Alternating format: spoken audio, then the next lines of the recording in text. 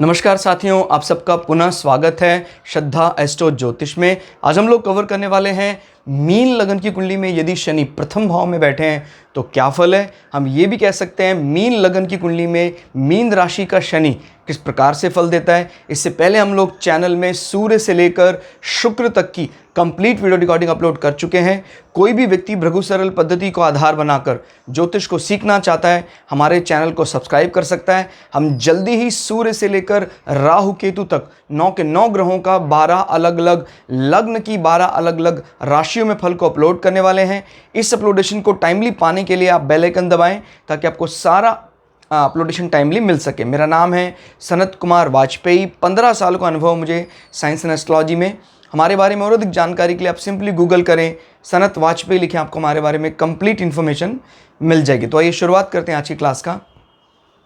प्रथम भाव क्या बताता है? प्रथम भाव बात करता है हमारी ओवरऑल पर्सनालिटी की।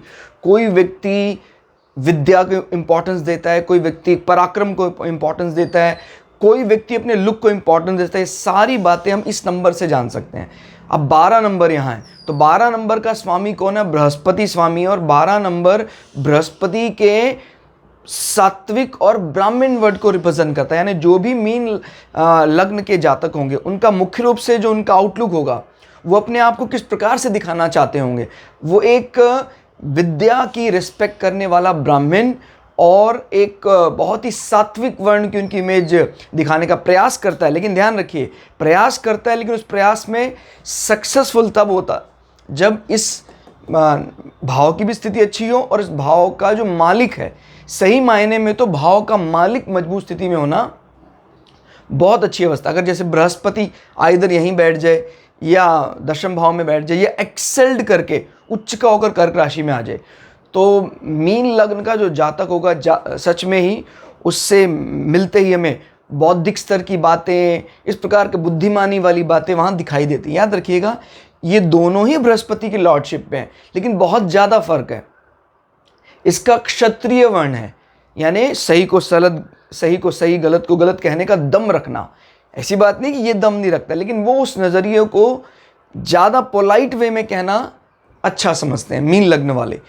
और धनु लग्न वाले उसको एग्रेसिवली कहते हैं, सात्विक है। और दोनों ही राशि सात्विक मानी जाती है, लेकिन मीन राशि सात्विक होने के साथ साथ ब्राह्मण वर्ण है और धनु राशि सात्विक होने के साथ साथ क्षत्रिय वर्ण मानी जाती है। अभी मैंने बताया आपको प्रथम भाव से आपकी ओवरऑल पर्सनालिटी, आउटलुक, ये सारी बातें पता लगती है। आपकी मन मस्तिष्क में क्या सोच चलती रहती है सब लग्नेश और लग्न से पता लगता है।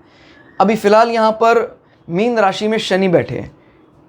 देखिए शनि ना तो बृहस्पति के मित्र हैं ना शत्रु हैं, लेकिन राशि का एक स्ट्रक्चर होता है जो उस प्लैनेट को पसंद होना चाहिए। उस हिसाब से शनि को मीन राशि का स्ट्रक्चर कोई ज़्यादा पसंद नहीं है। क्लियर हो गया? इनफैक्ट धनु राशि तो क्षत्रिय वर्ण प्रधान, उसमें और भी ज़्यादा तनातनी चलती है। लेकिन मीन राशि तो शनि को लग्न भाव में बैठकर बिल्कुल मतलब नज़दीक आने का प्रयास करेगी तो कैसे करे। याद रखिएगा सिर्फ एक बात समझ में आती, क्योंकि ये आयेश होकर या आय भाव का स्वामी होकर बैठा है और अगर बृहस्पति का इसको साथ मिल जाता है तो फिर ये बना देगा धन योग। मेंटली थोड़ी सी डिस्टर्बेंस जरूर रहेगी। याद रखिए कोई भी प्लैनेट किसी पॉजिटिव योग की तरफ अगर बढ़ जाते हैं तो उसके दुष्प्रभाव को काफ़ी कम देखा जाता है। लाभ भाव का स्वामी यहाँ बैठा है। अब अगर मान लीजिए लग्नेश का उसको कोई सपोर्ट नहीं मिलता है, लग्नेश की हालत खस्ता हो जाती है, लग्नेश कहीं बहुत, अब देखिए यहाँ पर लग्नेश नीच का होकर भी परिवर्तन योग में आकर बचा लेता है, क्योंकि शनि बैठ गए बृहस्पति की राशि में और बृहस्पति बैठ गए शनि की राशि में। तो नीच का होकर भी, यानी पहला फेज जो होगा आदमी के इनकम सोर्सेज के लिए काफ़ी कठिनाई है, उसके बाद जीवन एकदम स्मूथ चलेगा आय के साधनों के लिए। लेकिन अगर बृहस्पति कहीं अष्टम भाव में या कहीं और एनिमी साइन में बैठते हैं, उस कंडीशन में फिर इसको झेलना पड़ेगा, प्रथम भाव को यानी लग्न को इसका दुष्प्रभाव झेलना पड़ेगा।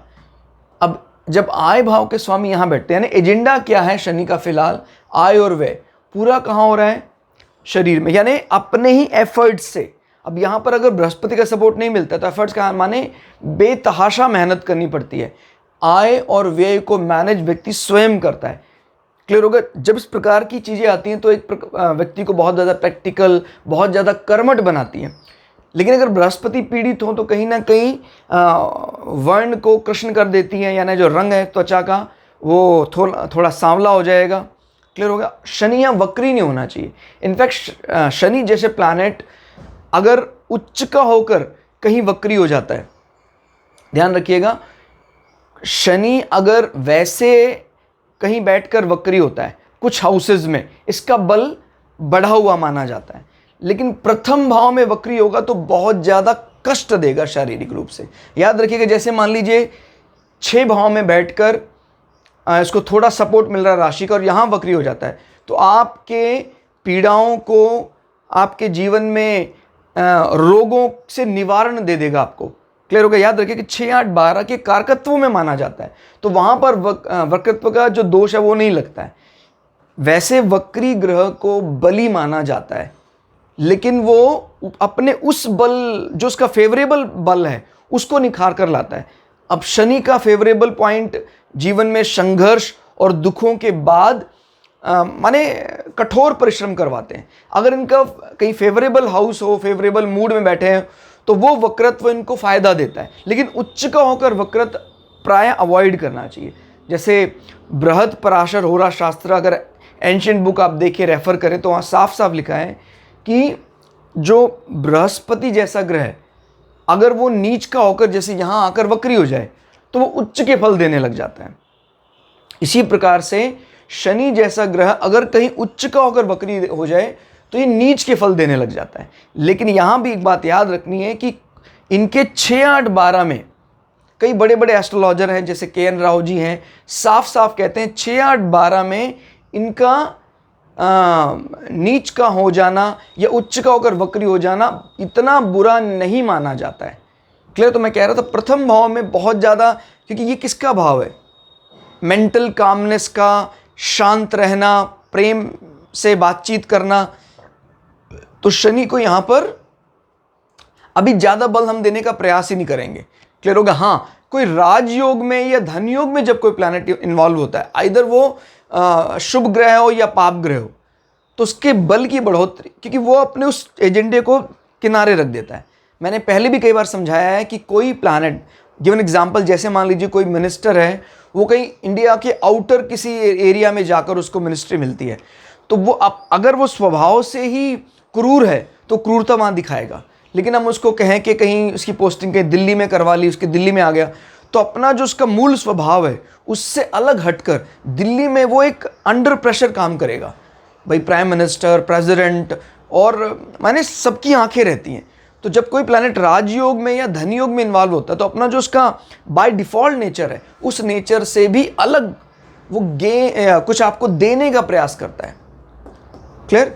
तो शनि जैसे मैंने बोला मेहनत ज़्यादा, एफर्ट्स बहुत ज़्यादा कराता है, लेकिन फिर भी अगर वक्री ना हो तो ये आपको आय के साधन और व्यय भाव के साधनों को जुटाने में कामयाब हो जाता है। अब वक्री होता है तो आदमी साधन तो जुटाता है लेकिन बहुत ज़्यादा एफर्ट्स मांगता है, और क्योंकि 12वां भाव एक प्रकार से प्रमाद, आलस्य, कारावास, इस प्रकार की भावनाओं को भी दर्शाता है। तो वक्री होने पर अपने कष्टों को बहुत अधिक बढ़ा लेता है, यानी एजेंडा ये पूरा कहाँ कर देगा? लग्न। तो सीधी बात है, शरीर को नींद वगैरह, अवसाद, ये सब होने की संभावना बन सकती है। इसलिए शनि को जो नॉर्मल फॉर्मेट है उसी पर चलना चाहिए। मैंने कई बार भी बताया है कि कोई भी ग्रह का वक्री होने का मतलब बोल्डनेस एंड अलोन, अकेला चलना और अलोन। तो वो ज़्यादा एफर्ट्स भी करवाता है और प्रायः उस भाव से रिलेटेड जो भी इश्यूज होंगे उसमें उसको ज़्यादा सोसाइटी के सपोर्ट नहीं मिलता है। अलोन यानी अकेला चलने वाला होता है। अब शनि की दृष्टियों की बात कर लेते हैं। क्लियर हो गया? इस दोनों भावों की हमने बात कर ली। आय और व्यय को यहाँ बैठकर खुद ही मैनेज करेगा व्यक्ति। दृष्टि देखते हैं कुछ हमें यहाँ प्लस मिलता है कि नहीं। 1, 2, 3 शनि की 3 दृष्टियाँ होती हैं, 3, 7 और 10। तो तीसरी दृष्टि से शनि आपके पराक्रम को बढ़ाने का काम करता है। हालांकि यहाँ पर कुटुंब भाव का स्वामी है तो आदमी मुख्य रूप से बर्ताव करता है अपने मोटिवेशन में शुक्र के पोलाइट नेचर का इस्तेमाल करता है, क्योंकि शनि बैठे हैं तो शनि अपने इसके स्वभाव में थोड़ा एग्रेशन लाते हैं। अगर शुक्र स्वयं यहाँ बैठा है तो ऐसे आदमी की वाणी बहुत अच्छी होती है, अच्छी भी होगी, प्रैक्टिकल भी होगी। या कहीं शुक्र और एक्सेल्ड करके यहाँ बैठ जाता है तो वो प्रैक्टिकल और मीठी लगने वाली वाणी होगी। लेकिन अगर शुक्र कमजोर, यानी इस घर का मालिक कमजोर हो जाए, तो शुक्र की नज़र फिर आपकी वाणी को ज़्यादा कर्कश कर देगी। क्लियर हो गया? यानी वो वाणी ज़्यादा कानों को सुखद नहीं लगेगी। क्लियर हो गया? आपके भाई बहनों के साथ संबंध प्रेम पूर्वक बनाए रखेंगे, क्योंकि शुक्र और शनि के मैत्री संबंध है। यानी इसकी दृष्टि बात हालांकि ज़्यादा प्रैक्टिकल, कर्म, इन सब की बात करती है। तो ये अपने उन्हीं गुणों को ज़्यादा ओपन करेंगे यहाँ पर जो इनके पॉजिटिव गुण हैं। नेगेटिव गुण जैसे कष्ट देना, ये सब चीज़ों का इस्तेमाल ये प्राय यहाँ कम करते हैं, क्योंकि मित्र की राशि है। फिर चलते हैं, शनि 7वीं दृष्टि से भार्या भाव को देख रहे हैं। तो आपके जो भार्य होंगे वो बुद्ध की तरह, पता है आपको, ये बुद्ध का इंटेलिजेंट फेस माना जाता है। कन्या राशि, यानी एक कन्या राशि का अर्थ होगा एक ऐसी लड़की जो अपने वर्जिनिटी का पालन करती है, अपने कह सकते हैं आप इसको ब्रह्मचर्य का पालन करती है। तो इस प्रकार का पार्टनर होगा, सधा हुआ। बुद्ध की स्थिति अच्छी हो तो फिर कहना ही क्या, पार्टनर आपके बहुत प्रेम करने वाले, मिलनसार, सुडौल, हास्य विनोद पसंद करने वाले। और शनि की दृष्टि यहाँ खराब नहीं मानी जाएगी, क्योंकि बुद्ध अगर मजबूत स्थिति में तो बुद्ध और शनि की मैत्री है। शनि अगर कब खराब माने जाएंगे, जब बुद्ध कमजोर होगा तो शनि विवाह में विलंब करवाएंगे। मेरी बात ध्यान से सुनिएगा, शनि कोई काम को खत्म करने की बात नहीं करते हैं मित्र भाव में। ये काम को डिले करवा सकते हैं अगर मित्र कमजोर अवस्था में, लेकिन फल जरूर देते हैं। फिर शनि की 10वीं दृष्टि, कर्म क्षेत्र में भी काफ़ी अड़चने आएंगी आपकी स्टेटस को मेंटेन रखने में। मैंने बताया ये तो क्षत्रिय राशि है, और शनि का क्षत्रिय प्रधान वर्ण से कोई ज़्यादा लगाव है नहीं। तो शनि और यानी इस भाव में बैठकर अगर बृहस्पति कमज़ोर हो जाता है तो आपके ऑफिस एनवायरनमेंट में रहने वाले जो ग्रुप डी कर्मचारी, उसके साथ आपकी नहीं बनती होगी, तनातनी बनी रहती होगी। तो ये वो भावना दिखाई देती। सेटलमेंट में भी काफ़ी दिक्कत हुई, आपके ऑफिस का सेटअप बनाए रखने में काफ़ी ज़्यादा दिक्कतों का सामना करना पड़ा। तो कुल मिला के शनि का यहाँ बहुत अच्छा फल तो नहीं देखने को मिला। मीन लग्न में हमें दरकार है कि बृहस्पति और शनि कहीं ना कहीं परिवर्तन योग में या इकट्ठे कहीं इन्वॉल्व हो जाए, ताकि ये हमें एक धन योग दे दे, और धन योग दे देते तो उसकी नेगेटिविटी को मिनिमाइज कर देना है फिर। तो दोस्तों ये था प्रथम भाव में शनि का फल। कैसा लगा हमें जवाब जरूर दीजिएगा। मिलते हैं अगली क्लास में, तब तक के लिए जय श्री भगु पराशरा, जय श्री शुक्राचार्य, नमस्कार।